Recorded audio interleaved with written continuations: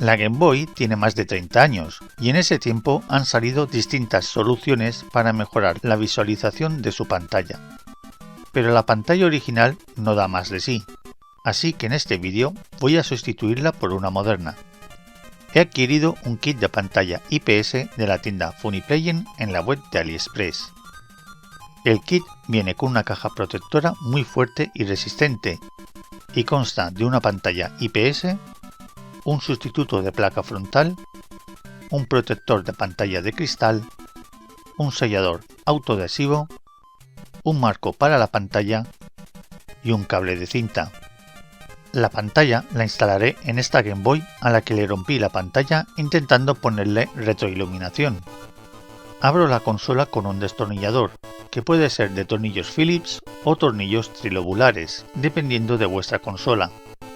Separo las dos mitades con cuidado, ya que están unidas con un cable que desconecto para continuar. Quito todos los tornillos de la mitad que tiene la pantalla y saco la placa base.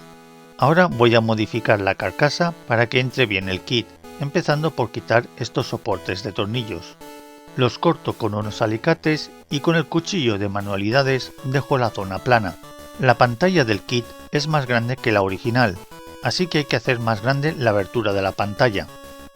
Quito cualquier resto de goma que tenga la carcasa y hago unas líneas a 1 milímetro o 2 del borde de la abertura. No os preocupéis por hacerlas precisas, al terminar la instalación no se verán.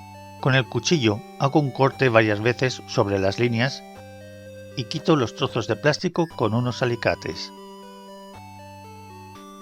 Hasta aquí lo que habría que modificar en la carcasa original.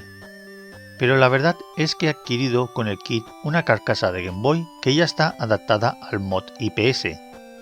Menos la modificación de la abertura, los pasos siguientes son los mismos tanto si la carcasa es original como si es una ya modificada.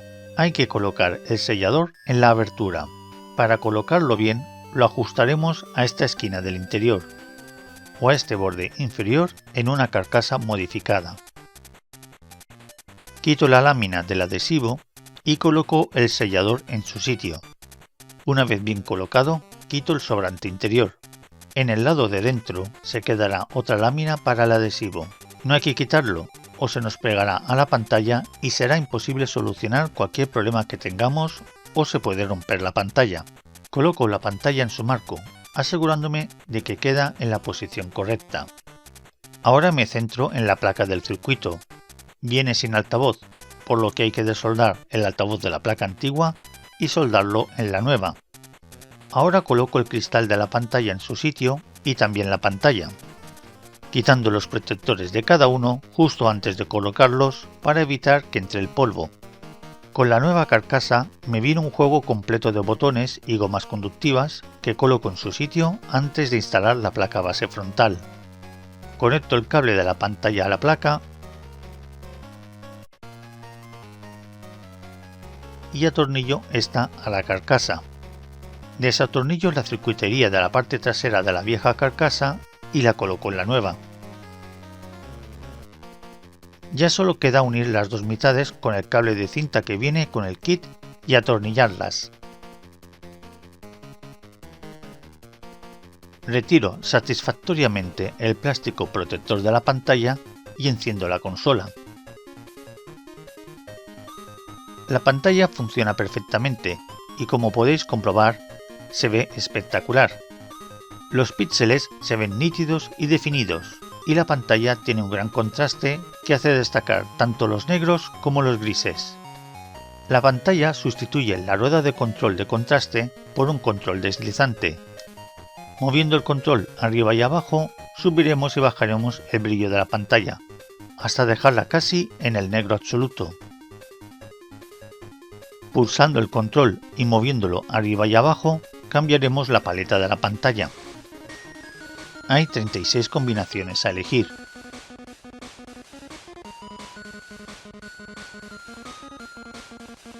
Pero puede que la alta definición de la pantalla no convenza a algunos. Afortunadamente, apretando el control durante más de 3 segundos, se activará una rejilla que simula la pantalla original de la consola con la paleta que tengamos activada. Aunque el efecto hace que se pierda contraste, imita muy bien la pantalla original, dando la sensación de estar jugando a la consola de siempre. El efecto de ghosting o de excesiva retención de la imagen de la pantalla original desaparece en la nueva pantalla, mejorando la visibilidad de los objetos en movimiento.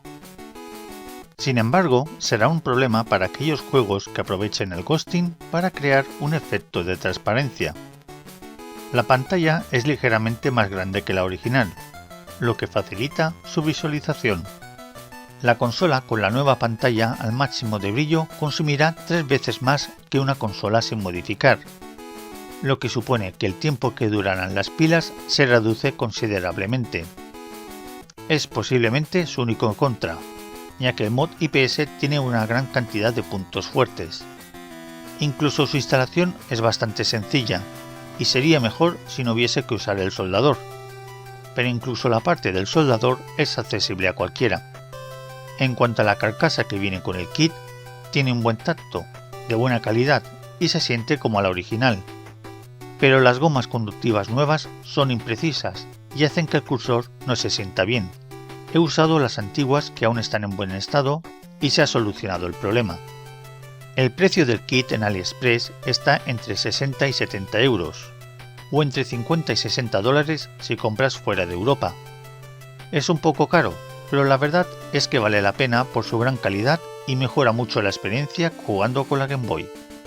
Gracias por ver el vídeo. Si te ha gustado, compártelo y suscríbete.